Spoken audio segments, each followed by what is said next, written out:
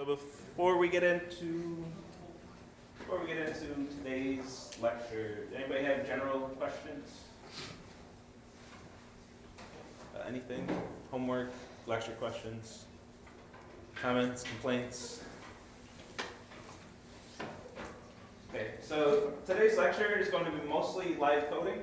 I'll go through two different examples in the code and kind of talk through my process. At any time, if you have questions or you want to see something different, you want to see a different approach, please let me know, stop me, and shout it out. Especially this, we have a fairly small group here. If you want to have more of a discussion, that'd be great for this lecture. There's not necessarily new content today, it's just reinforcing the content over the past 2 weeks. So anything that you're still not understanding, this is a perfect lecture to slow me down, ask me questions, get everything else out there. Everything that you're not quite understanding, if it's something you don't understand, let me know. Let me show you in the code, show you example after example after example until we got it or the time runs out. And then I'll talk to you after lecture too if that's the case. So the lecture question today, what we want to get at, it's references again. I mentioned this on Wednesday, but I want to repeat it. It's worth repeating. The third bullet point of this learning objective is very difficult to test in the lecture questions. So the lecture questions are really hitting you on those first two bullet points. Writing unit tests and following references. Today it's all about references with this replace battery, replace it by references, and we'll talk about that in a second. The third bullet point, stack and heap diagrams, really can't hit you with the lecture questions. So that's really depending on the lab activity next week. So in lab, when you get to lab next week, you can count on the lab activity being, here's some code, here's a breakpoint, draw me the stack and heap memory. What's the state of memory of this program at this point of execution? Can you walk through Can you walk through it all? Do you understand what's going on in the stack, what's going on in the heap? How are those references stored in variables, things like that. So that's what you can count on during that. And the TA interview, that's our only other chance to really hit you with the references. So when I'm looking for that third bullet point, I don't have the lecture questions to go off of, I gotta go off that lab. So you can count on lab being all about that. With this lecture question, references, it's fairly similar to Wednesday's lecture question in concepts, the concepts that I'm testing. We have a class named battery with a constructor that's going to take one variable, type int, of name charge. Charge, it is a named variable, so in your testing you do have access to that. That's fair game. You can say dot charge, assert dot charge equals whatever, and check that charge. You can count on me having the same variable name as you will for that variable because it is defined. It is a variable name in quotes in the description, in the specs of the problem.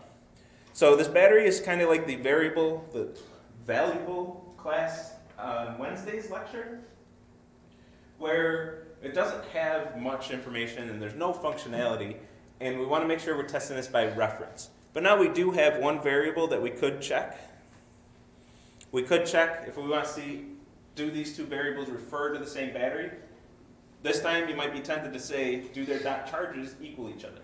That's not enough. We have to make sure that these move around by reference, which is most of the idea of this assignment. A class named boombox, which is going to take a battery and its constructor. So if I have a boombox, when I get a new boombox, I just supply a battery to be able to power this boombox. That battery is going to be stored in a variable named battery. So again, fair game in your testing. You can say .battery and do asserts on that and make sure that battery is the battery you expect it to be. And in fact, you'll be checking this by reference. Is this battery the battery that I expect? A method named use, which is going to use this boombox. This is where we'd have some functionality, we'd have some music playing and stuff. We're simulating the functionality, but we want to focus on the battery. When the use method is called from a boombox, the battery should be depleted by 3 units of charge. So it takes 3 units of charge to run the boombox once. If the battery doesn't have enough charge to run the boombox, if it has less than 3, so say the battery has 2, nothing should happen. The battery shouldn't drain all the way. You shouldn't say set the 2 equal to 0 and then not have any functionality. It should not do anything. That battery should still have a charge of 2 after that use method is called, if it doesn't have enough to power the boombox. And then the big reference one, replace battery. This takes a battery as a parameter and returns a battery. and we want to, whatever battery is currently in that battery state variable of the boombox, whatever battery is currently powering the boombox, we want to take a different battery, the parameter battery, and replace that battery. We want to swap those batteries out. So at the end of this method call, the battery from the parameter has to be the battery in the boombox, which is the battery in the battery variable, state variable, and the battery that's returned needs to be the one that was in the boombox when we began. So that has to be the one that was in the battery variable at the beginning of the call to this method, and then return a reference to that battery. We want to make sure this is by reference. If we call replace battery, and by the end of the method, the battery in the boombox has the same charge as the battery in the parameter, and the returned battery has the same charge as the one that was in the boombox, but they're not the same batteries. That's no good. That's not allowed. We have to actually make sure we're swapping these actual batteries. These are the batteries we're swapping. We can't just create batteries out of thin air with the same charge and then return those batteries. Doesn't quite make sense. So we want to make sure those are the actual batteries that were swapped. Then a second class named flashlight. The flashlight also runs on batteries, but it comes with batteries. Batteries are included with this. Or battery singular for this, just so we don't have to mess with data structures for this one. Focus on the references. Takes no parameters in its constructor, but it also has a state variable of type battery. So this of type battery named battery. So again, fair game for testing. And in your test, you can test with this variable. So it's outside of the constructor. It's not defined in the constructor. It's not in any of the methods, but outside of the methods as a state variable that isn't defined by the constructor. Of type battery named battery, and set it equal to a new battery with 5 charge. So this is when we have a new flashlight. That flashlight comes with batteries. It comes with a battery of charge 5 when we create it for the real world connection for that one. Flashlight has a use method as well. It drains the flashlight's battery by 1. If the charge is 0, do nothing. Technically, if there's a negative charge, it should also do nothing. We're going to assume that the users are, that the use cases never have that negative charge battery, but technically, according to the specs, negative use just shouldn't do anything in either case. According to the spec, that's what it should do. So the charge is 0 or less, but really you don't have to test for that. And finally, replace battery in a flashlight. Same exact functionality, cut and paste from boombox, same exact functionality. Swap out those batteries. So I know this one looks like a lot of text, but most of it is the same. Boombox and flashlight, very similar classes. Any questions on this question itself? Yes? It's more of like a logistics question than anything, but the two classes and the functionality you're supposed to make with them, boombox and flashlight, they seem very similar, so what's the point of doing this twice if they're testing basically the same skills? So they are slightly different. I want to see creating a state variable outside of the constructor versus inside the constructor. That's the difference. I want to make sure that you know how to do both of them. But to answer your question more directly, next week, Monday, we're going to start talking about inheritance, and we're going to create what's called a base class, and then extend that base class with both of these. So Monday's lecture question is going to be create a, I don't know what it would be called, like a uses battery item or something. Extend that twice, and then this method that's exactly the same between the two, we're only going to write that method once, and then use inheritance to get it in both of these classes. So I am motivating Monday's lecture with this. Any other questions?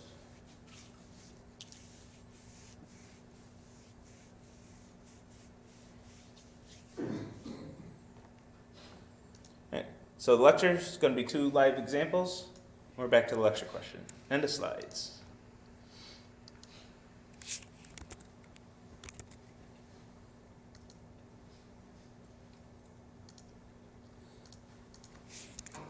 All right, the first example we're actually going to revisit. I did use the same input. We'll talk about boxes again. We're going to revisit some code we wrote earlier. Just one quick change I want to make. I just want to put my conditional at the top instead at the bottom of the method. So let's revisit the anagrams method. And I want to show off the debugger a little more. I strongly encourage using these debuggers. It's hard for me to force. I can only really force it in lab with the TA looking over your shoulder. But I highly recommend using these debuggers.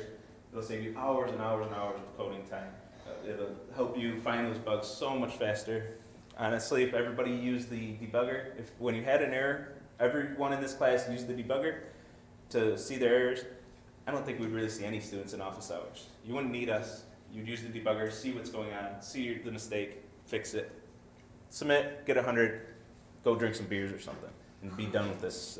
Be done with these assignments. Strongly encouraged, but I can never force students to use the debugger, so everybody just bangs their head against their code. I don't want to rant, but so we had this anagrams code. Takes an input string, computes all the anagrams of that string, and returns a list of every anagram. So every possible way to rearrange the letters of this string, it returns all those in a list. If that list is 1, it is itself its own anagram. This is the base case of our recursion. And it is its only anagram, so let's just return a list with just that string. If that's not the case, we're going to create a list where we're going to put all the anagrams. We're going to iterate over the characters of the string, remove each character one at a time, take the string that's left after removing that character, compute all the anagrams of that string, and then add that character that we removed to all the anagrams of the substring. If we do that with all of the characters of our string, we should get all of the anagrams. There's one thing we didn't quite get to in this, so I'll code it up real quick now. If we had double letters, that's kind of where we left it off. If we had a double letter, we duplicated every anagram. On file. So there's a quick fix to that. We can say if. We can say I want to add this word into my list. So val, some word that I want to add. If the output doesn't contain that word I want to add, then add it. So if this word is already in the output, the condition is false, and it's not added again. So it's a quick and dirty way to remove all the duplicates. We could do this fancier, but this is a quick way to be able to get rid of that problem, get the correct functionality. And one other thing I want to change, I just want to change around, no functionality here, but I just want to get rid of my shortcut, my : equal here, and expand this out to show what is happening with this. So this is actually output equals anagram plus char concatenated with output, if I can spell. Just expanding that out to make it clear what's happening there, because that's one of the things I want to talk about as we're going through this. So I want to go to our test. I'm going to set a breakpoint in our test. So you can set breakpoints in tests just like you can in your other code. I'm going to set this breakpoint and run the debugger and just kind of chase through what's happening throughout the execution of this program.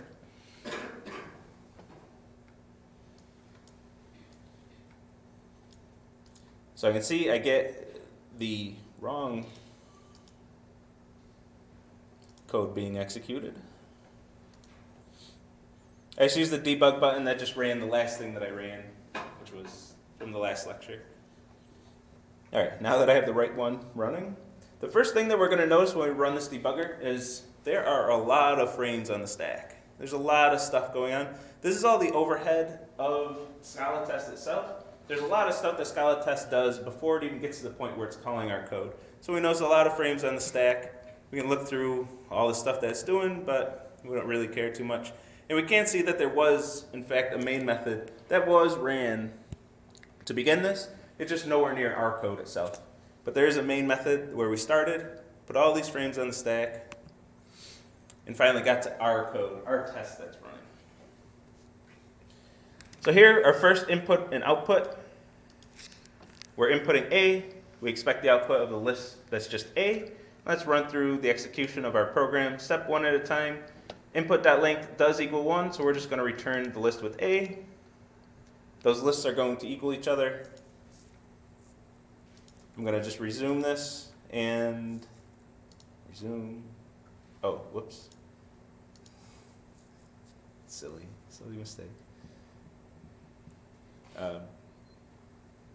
That's what I wanted to show, but the wrong way. So when this runs, we know this is going to be correct because we just stepped through it. We just saw that it does return the list with A. So I'm going to hit the resume button, which is going to continue execution of my program until it hits another breakpoint. So this is going to hit my breakpoint again, but now with a more complex test case. We have Fox this time, with the expected output being all of our anagrams of Fox. So let's step through our code and see if it is doing what we expect it to be doing.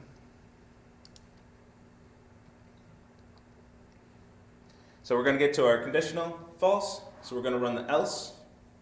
Create our output list. There's going to be a list just of size 0. We can look at its reference, 1947. And it's just an empty list. It's just a nil list, size 0, nothing in there. And our input. Let's step through this character by character. We can see that the character we pulled out first is the F, the first character in the string. The new string that we computed with that character removed, it is OX, so we're feeling good. It's doing what we expect it to be doing here. And now we're going to make the recursive call of anagrams on the substring OX. So we're going to restart this. We're going to put another frame on the stack. We can go back and look at where we are with our other frame. We're sitting at anagrams, waiting for that call to return. Our input is Fox. Our new string is OX. Our character is F. We have nothing in our output list.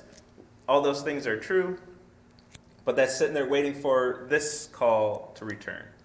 So this one, OX, let's start stepping through. Condition is false.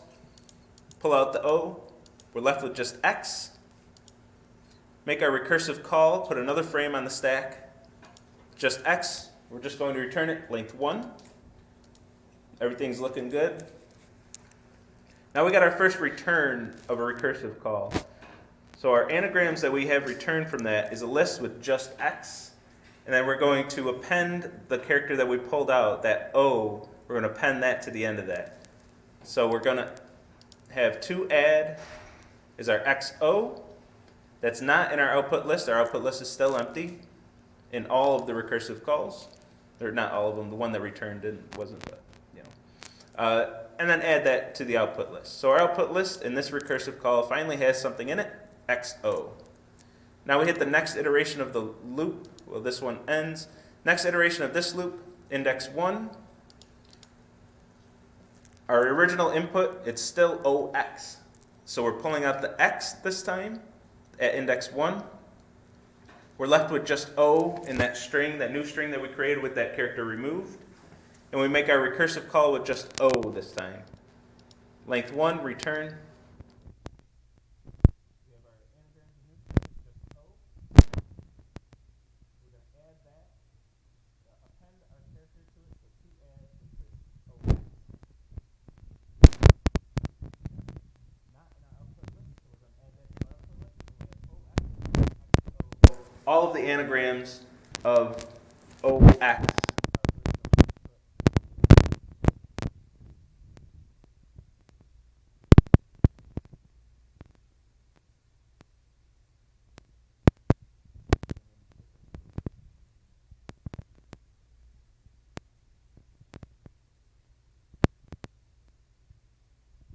It's weird it didn't show it there. I think because I was in a different scope.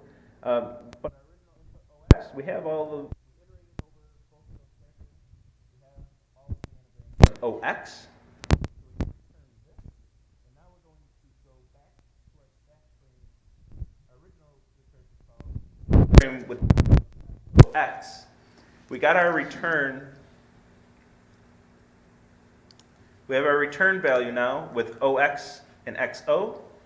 The character that we pulled out was F, so we're going to append F to each of these and add those to our output. So we get our first, our OFX, add to our output, and right here, yeah. I could have mentioned this at any time, it's been happening the whole time, but here I want to take a quick pause and take a look at what's happening with the list itself. So here, the list, it's of size 1 as OXF, and we're about to append to it OX. Didn't I already do that part? Yeah, XO. I'm about to append XOF to it. And if I look at my reference, I can see, I know this is on the heap because it has a reference, this at 1994. This is a reference, so it's saying the variable output contains stores a reference to a list that's on the heap, and that reference is 1994. This is of size 1. It has just this value OXF. When I add in this XOF, so I have 1994 is my reference. When I add that next value, we are referring to a new list. So here we can physically see that is a different list that's being created. When we prepend in this case, this new string to our list, we have to assign it back to our list variable, because the variable stored in output is no longer that old list. That list of size 1, it's out there somewhere. We don't have access to it anymore. I mean, technically we do, because we can iterate through this one and get that value. But we don't really have that list anymore. We just have this new list with 2 values in it instead of that old list with 1 value. It is a brand new list, and we need to replace that reference. The output, the reference stored at output has to change, and it did change. We have to have that reassignment. We don't have this reassignment, things break, our list doesn't update, and we have to debug that and figure out why. If we run the debugger, we can see why that reference won't update, our values won't be added. And we can keep going. I'm not going to go through the whole thing, but the next part, our input still FOX. We're at the top level call. Our next call is in our testing. FOX, but this time we're pulling out the character O at index 1, and the string that we're making the recursive call in is FX. So we're pulling out the next character, repeating the process. We repeat this over and over, we're going to be done. So right now we have all of the anagrams of OX with F appended to them. Next we're going to get all of the anagrams of FX with O appended to them. Then all of the anagrams of FO with X appended to them. Then we're going to have all the anagrams after all 3 iterations of this loop. I'm just going to let it run. We can do the same thing with off. Let it run. Our test pass.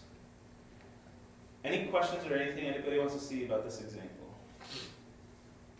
So we got to see multiple frames on the stack, looking at the stack, looking at the references to see which reference, the number doesn't mean anything to us, but we can compare, are these numbers the same, are these numbers different, is one of the big things we're looking at there. Is there anything else about this example anybody wants to see, or how to run the debugger? Mostly it's hit this button and hit the step through button. If that's all you can do with the debugger, you're going to be miles ahead of anybody who's not using a debugger at all. There's a lot of other functionality you can play around with. But if you can do those 2 things, it's going to help you tremendously in setting breakpoints, so stops.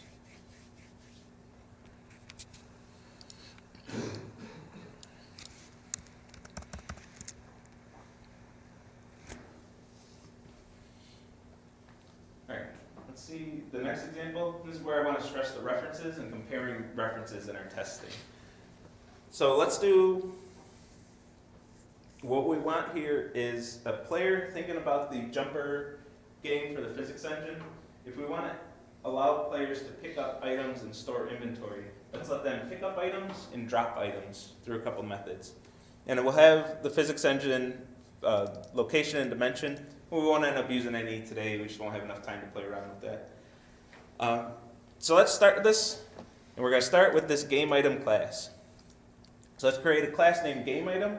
This is going to be parallel to our valuable class on Wednesday, our battery class in today's lecture question. We have some simple basic class with no functionality and just one variable here, just a value in this case. And we want to check as these game items move around, are they the same game items? Did we move them by reference, or did we make copies and do something sloppy and do something inaccurate with that. So let's create this class. And I'm going to do something another thing that I strongly recommend. I'm going to cut and paste the names. Whoa. I didn't even know I could do that. I can zoom in on. Now I'm stuck in this.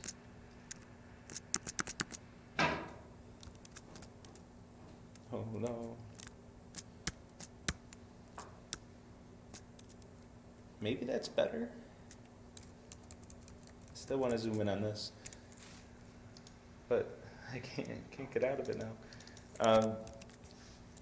What I'm going to do, I have this variable named description. It's in quotes. It has to be an exact variable name, and then I'm going to use it in my testing. And then on the server, that'll be tested. I mean, of course, there's no autograder attached to this. It's just a thing.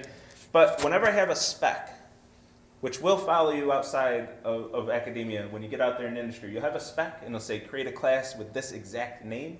And other people on your team are going to be using that class before you even write it oftentimes. You'll be working in parallel. They'll use your class, they'll call your methods before they exist.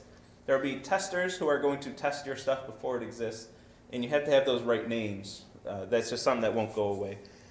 That's so important throughout programming. So what I'm going to do here is whenever I see that is cut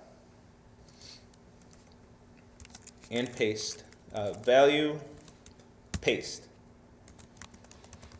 I cannot have an error in that spelling because I cut and paste it. Even if these are non-ASCII characters and I'm trying to do something really tricky, it's still got the right characters because I cut and paste it. I can't go wrong doing that. So you don't have those surprise issues. Those surprise oh, it was just a variable name. Those errors are so frustrating. We still see them in office hours on Piazza. I feel your pain every time that happens. I hate seeing it every time because I know how many hours you can waste chasing one of those things. Cut and paste is one of my recommendations to make sure that you get those spellings exact every time. So we have the game item class here, and that's the whole class. There's no functionality, there's no other state variables, everything's right there. And I'm going to declare this as a value because I don't expect the description to change. If there's an item with a description, that's its description, that's it. Now let's start writing the player class.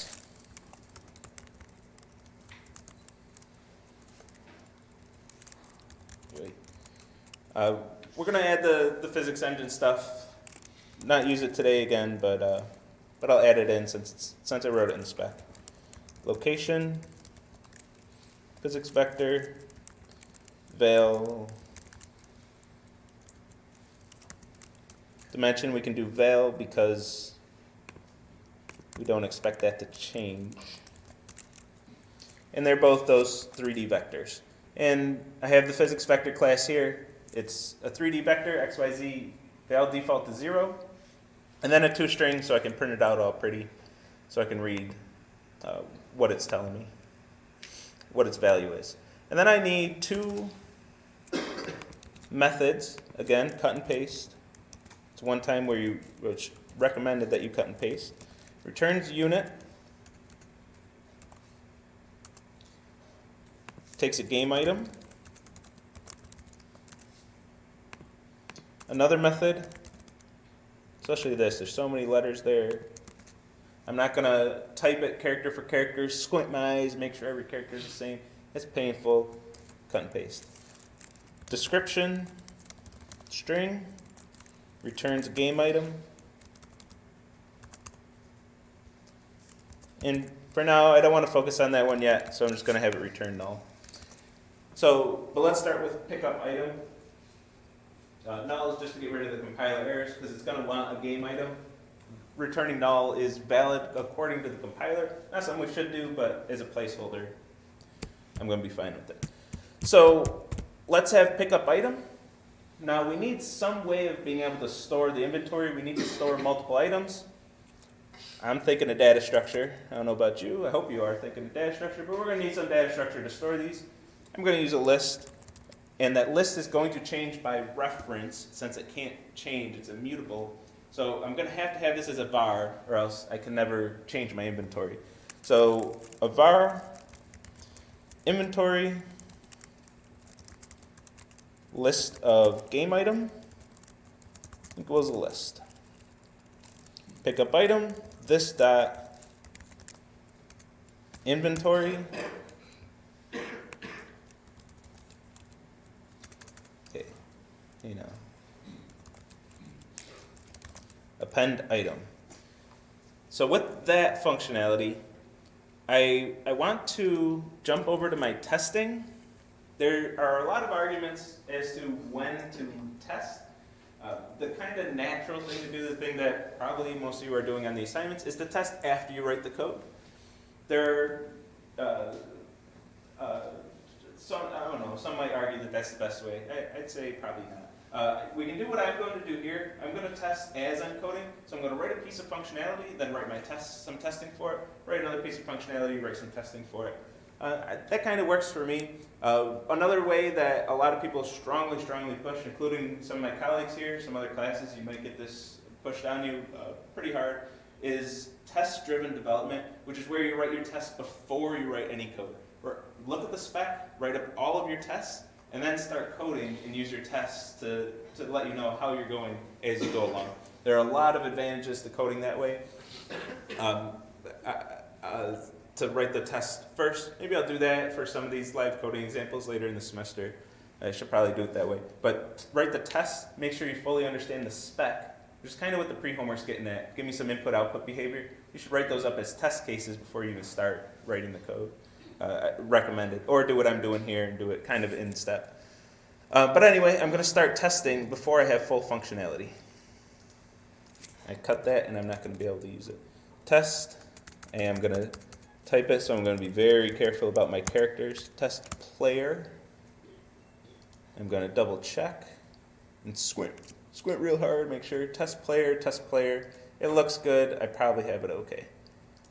Change the name just to have the bookkeeping up to date.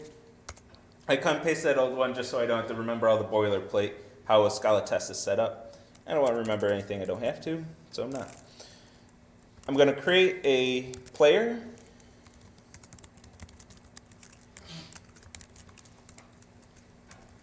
Oh my goodness. If I can type, I can. I want to import the right one. I have to be careful here, 4 p.m. so we can see how our changes are being made. And give it a few physics vectors. There.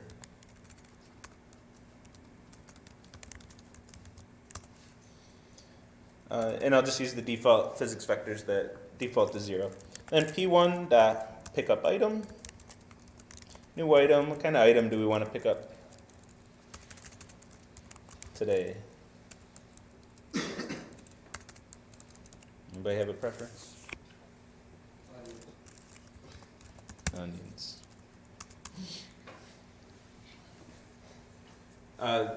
So we're going to pick up this item. And I'm just going to do a very simple test. Just more of a sanity check test.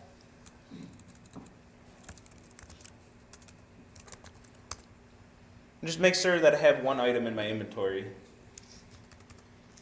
So if I insert that one item to my inventory, I expect the inventory length to be 1 after that. Is this test going to pass?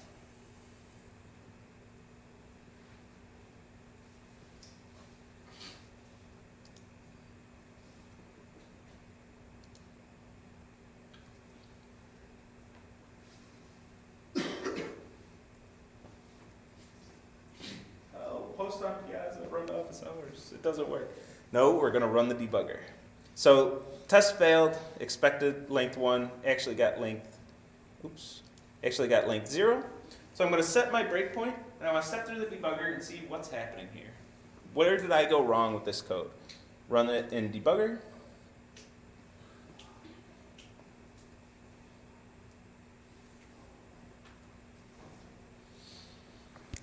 Start stepping through this. Okay, I have an empty inventory, 1648. Created the game item fine. Called pickup item. The item, okay, it's there, 1653. I have an item on the heap. have a string technically on the heap, but we can pretend they're on the stack for lab next week. If you want to pretend it's on the stack, that's fine for this course. Onions, that's fine. We're appending it to our inventory, that's fine. And then after we exit that method, my list is still nil, still 1648. Nothing's in my list. So, oh crap, the test was right. I was wrong. Something is wrong. Game item, that worked fine. The method call itself worked fine. I did get item in this method. But right here, we did that big no-no. We never reassigned this new list. So this created a brand new list of size 1. It concatenated our inventory with one extra item, gave us a new reference to that new list, and we didn't do anything with that list. We just left that reference on the floor, moved on, and now we have no way of referring to that new list that was created. So we need to assign this to some variable. We need to store that reference somewhere and do something with it if we want that change to have any effect on our program elsewhere. So here's where we do this dot inventory equals.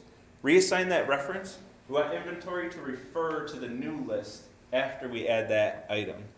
So if let's set our breakpoint right here, just so we don't have to step through as much. Rerun our debugger. And when we get to that breakpoint, we're going to look at the list. We expect that to be the empty list. We're going to look at the reference of it. So this inventory 1638, it's an empty list. Step through once, and now P1 with the same, we could have checked this reference, that was the same reference. 1654 of size 1 with our game item onions inside of it. So we have that inside that list now. We updated the reference to the new list that was created when we appended that one, when we prepended that one value. So now we're feeling good. List size is 1. If we resume, console, test passed, cool.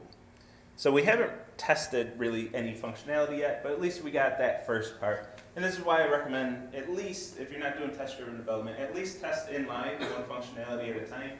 Because if you make this mistake with really just one line of code, if you have a mistake like that, but you go on to write 20 more lines of code, submit to Autolab and it says, hey, your code's wrong. Where did it go wrong? How are you going to tell where it went wrong? You can use the debugger and start stepping through, but by that time you could easily have 5 or 6 mistakes like that, just little mistakes, without even noticing where those mistakes occurred. So I highly recommend write a small piece of functionality, test it, small piece of functionality, test it, just keep testing as you go. So now that we got through this one, pick up item, feeling good about that. Let's get drop item by description now. So I get an item description, and I want to drop one item of that description. If I have multiple items with the same description, I just need to drop any one of them. And if no items fit that description, return an item with empty string as its description. So let's start writing this. Get rid of our null. If there was no item found, since I'm returning a new item with the empty string as its description, which we'll see more clever ways of doing that, of saying nothing, I didn't find anything later in the course, with polymorphism and all those other topics. For now, we'll just return something with empty string to signify, hey, I didn't find anything, just as a way to communicate that information without returning something like null, generally something we want to avoid, especially in the Scala atmosphere community, I suppose would be the word for that. Around Scala, we don't want to mess around with null. A lot of libraries are built to not ever touch null. So var, I'm going to call it toReturn game item equals new game item of empty string. If I don't find anything, I'm just going to return that. But if I do find an item with this description that I'm looking for, I'm going to I'm going to overwrite new return with that new reference to an item that's in my inventory. So I want to iterate over my inventory. So for item in my inventory, if item.description equals that description from the input, not an assignment. Then to return equals that item. So if I find an item with that description, that's the item I want to return. If I happen to find multiple ones, I'm going to end up returning the last one that I find. This question doesn't specify which one, how to handle the duplicates, so I'm just going to return any one. The last one is just as good as the first one. That's fine with me. And then I want to remove that item from the list. So this dot inventory equals this dot inventory. Oh, I forgot it again. Let's see if I can find it quick so I don't have to cheat again. Not drop.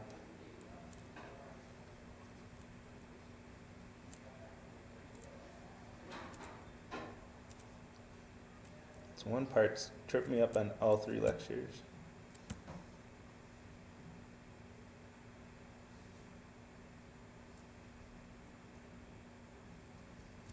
All right. 3 p.m. Actually, I'll open up 1 p.m. just to show you. Diffs. I couldn't think of how to remove an element from the list in the 1 p.m. class. Obviously, I still don't remember how. Just something I haven't come across very often, removing from a list by reference. So I came up with this gross way to do it in the 1 p.m. lecture. But hey, we did it. So I looked it up before the last lecture and forgot it again. So 1 p.m. we're going to use, 4 p.m. is where we are in life. We're going to use the diff method. I called it inline before, but this is a method. It says remove all the elements from this other list. So we're going to create another list with only 2 return in it. And let me do one quick check. To return dot description not equal to empty string. Because if it's empty string, we didn't find it. We have nothing to return. So if the description is not empty string, remove it from that list so it's no longer in our inventory, and then remove that item, that to return item from the return that. Have that be the return of the method. So now P1 dot drop item by description onions is going to give us some dropped item.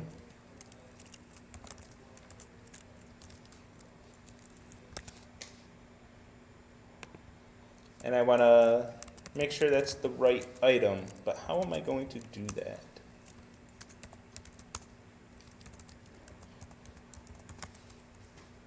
So I'll check the description for now. Run this test.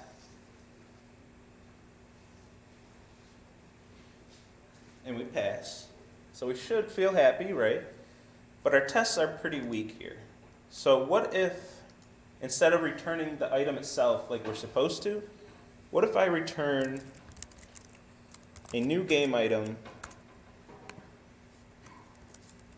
with the same description? So I'm creating a brand new game item from nowhere, from out of thin air, assigning it the same description as the item I'm supposed to be returning, and then giving that, basically a replica, to whoever's calling this, whoever's asking me what item I dropped. I'm just going to give them a replica of this item. This is wrong. This is bad code, not what we're supposed to do according to the spec. Yet our test passed. We're not testing for this. So how do we test for this? So let's go back to our tests and try to update this and make sure we can get this failing, because we're doing the wrong thing. We want to make sure our tests are checking that. So if we do make that mistake, we know about it. So for that, I don't want to check the description. I mean, we can still check the description. But we don't want to only check the description. we want to check if this is actually the same item that the player picked up. To do that, we have to do a check by reference.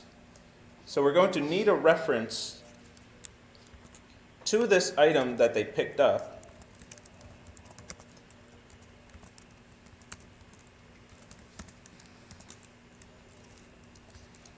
So I can't just create that in the constructor call, or in the method call. I'm going to create this item beforehand and store its reference in a value.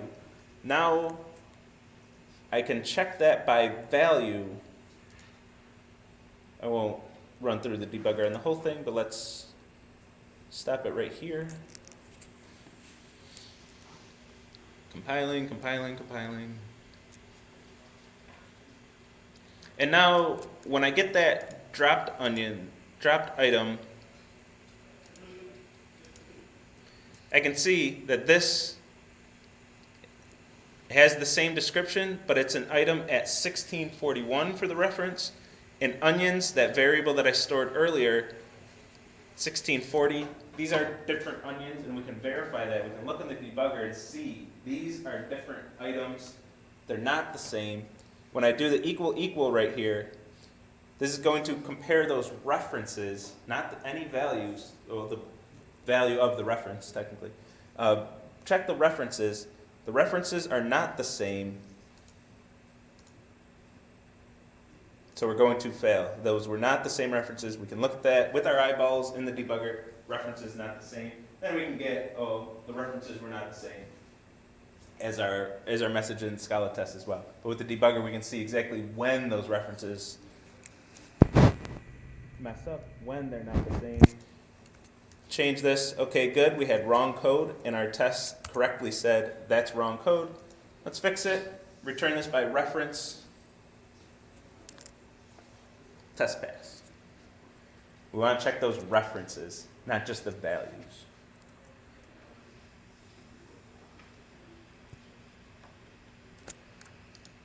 Let's do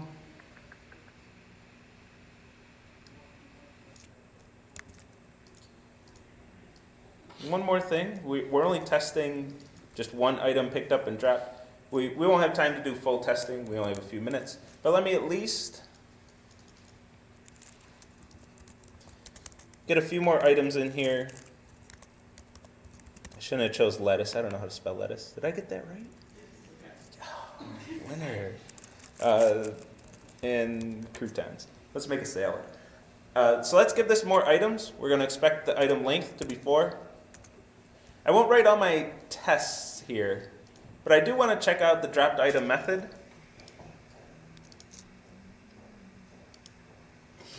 And let's just take a look at what's going to happen.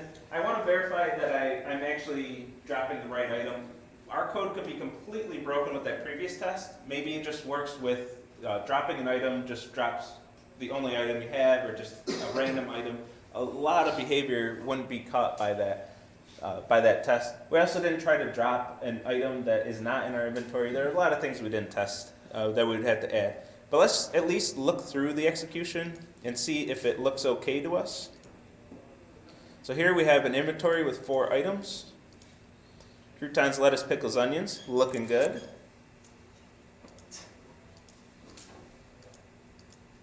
We're going to run through this method. And the line I'm wondering about is this diff. Are we actually removing the right item? That's functionality we didn't really test at all. We just made sure we were removing something. Actually, did we even? I don't even think we tested that. So when we remove that, I do in fact have that item removed. I have the croutons, lettuce, pickles, and I did remove the onions from that list. So we're looking good there. And this keyword this, I have a reference 1632 to a player. Just one last thing, I forgot to point this out earlier. 1632, when I go outside of the method, that P1, 1632, that's a reference to the same player. When I call a method, the keyword this is storing a reference to the calling object. When I say P1 dot, find a method, P1 dot drop item by description, inside that call for that stack frame of drop item by description, this is set to the reference stored in P1. So whatever reference is stored in P1, that's what this is going to be for this particular call of drop item by description on that particular stack frame. And we can see, oh.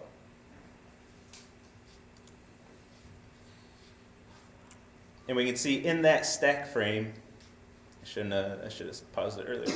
In that stack frame, for this stack frame is that player 1632. If I go to another stack frame, this is going to be something else.